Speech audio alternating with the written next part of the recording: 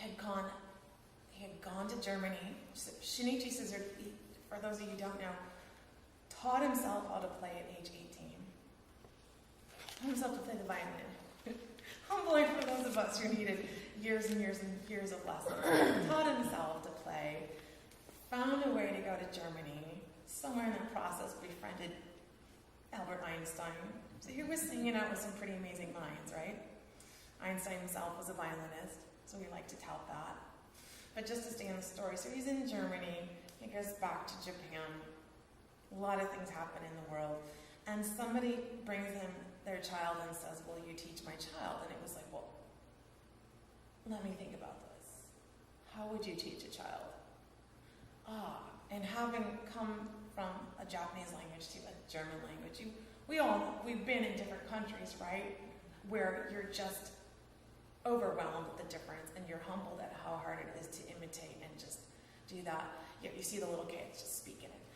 So that was really the birth of where this all comes from. On that note, I would really like to stress, if I had to just say one thing at this point just for your home life, the importance of listening. The importance of listening. Good morning. The importance of doing your listening. And that's the one thing, if I could just say we could all do a little more. And how do you know you're doing listening? So I'll talk about this summer I had a doctor's appointment, just a checkup, and we had a blood test done, and I knew that being in Oregon, you're probably deficient in vitamin D. I'm not trying to be a doctor here. You probably are. I had already been tested years ago, I was severely deficient. So what did my plan was to take 4,000 whatever in the winter and 2,000 in the summer. Well, lo and behold, even taking a double dose, I didn't even show up on the charts. I was under the charts, right? I thought I was doing enough, didn't even touch it. And it's a little bit of analogy for our listening here. If your child is taking what we might think is too long to learn a piece, it's probably the listening. I might be speaking, preaching to the choir right now, but there are some students that will just be 6 weeks on Hunter's course. Same note off, same note off, same note off. It's already hard enough to play the violin. It's already hard enough to discipline yourself to practice. It already requires so many other life skills. If we can make one of those easier, just increase that listening. So who remembers the Nurtured by Love video where they actually had the toddler that had a tape recorder strapped to their back? I love that video. My DVD is on loan right now, but if I could have copied that picture, it would be something I would put on our bulletin board.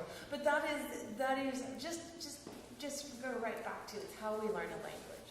And anything we can do to just take one thing and make it easier will let your child reach their highest potential. I purposely put the brochure in your packets today because there's just a list there. Here's the components of a Suzuki program. You can also see some of our younger members in their adorable youth there, right? You'll recognize Kelly. You'll recognize Heidi as youngsters in this picture. Oh. And I just love that picture, right? Love that. Oh my gosh. But this could be a great reference point. Just have that in the back of your head. Look at this every so often. Am I creating enough community? Do we have enough listening? Etc. So going into some of those components, I think will help all of us.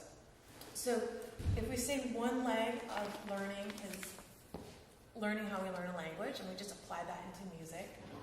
The other is the why we do it, and having discussed the historical concept, the why is to develop character. Character development is experiential. This is an instrument that demands great attention to detail, great discipline. It's not my rules. It's the instrument that has such a high level. It is. And I think that's what we love and what can also make it so frustrating at times, right? So that's just a brief history of this philosophy, of one individual who used their life in such a powerful way. He wrote 4 books. Most of you have probably read Nurtured by Love, but Ability Development from Age 0 is fantastic as well. Those are on my bookshelf. You're always welcome to borrow those. So next, let's talk about strengthening our why. And I think it was 4 years ago. Yeah, it was about 4 years ago. I had a convergence of events in my life. And sometimes life events do, they cluster, don't they, right? Sometimes you have a lucky time period. Sometimes you have the other side of the bell curve, right?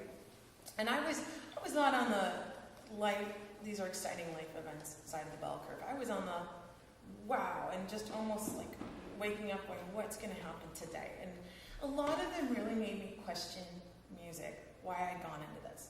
Why didn't somebody sit down and shake me by the shoulders and go, had you thought about a job? Had you, you know, I was even beginning to wonder, question my parents.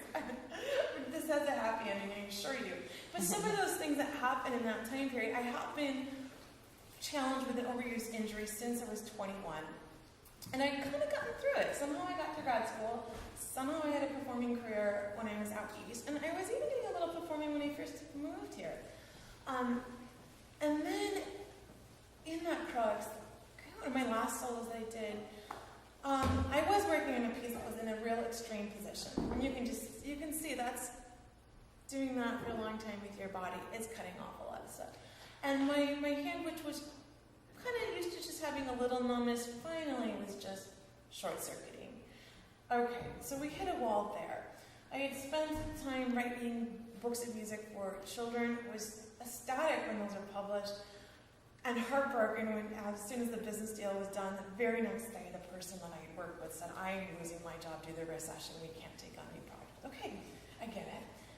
Okay, but that's just, strike two. Strike three, I was working at the university, and it kind of went from maybe there will be a position here to, we actually can't even hire you over a certain amount of hours, right? I don't think this is a secret in our town, right? And that was feeling less than idyllic. I was going to record a CD. I spent a year editing works. I had $10,000 saved aside for that.